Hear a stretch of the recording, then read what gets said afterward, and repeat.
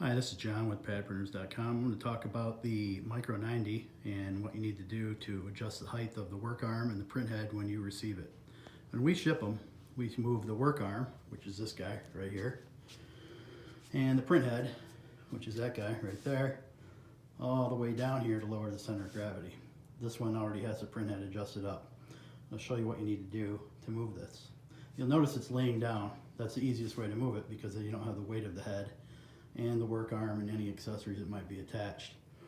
So two people, one guy on the print head, another person down here, making sure that they're putting their foot someplace where they can stop the wheels from rolling out from under you, and gently lower it down, lay it on its back.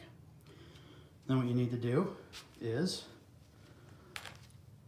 loosen up the clamps on the work arm and on the print head respectively. I'll remove the print head up. The clamps on these machines are ratcheted, so it's righty-tighty, lefty-loosey. Here, I'm loosening this way, tightening is this way.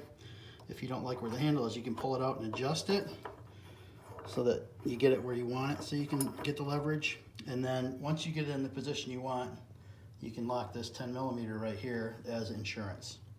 You can see that this has been marked. That would indicate where I probably want to have the bottom of this casting right here, because I believe this is going to be set up for a 2-color with a part shuttle on it.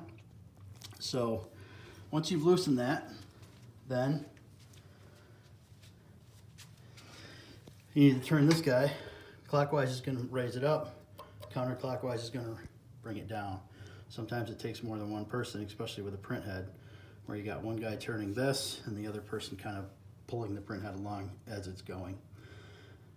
This is designed so that it's a safety in case somebody comes along and loosens the clamp in the machine, or the work arm doesn't fall and damage equipment or hurt somebody.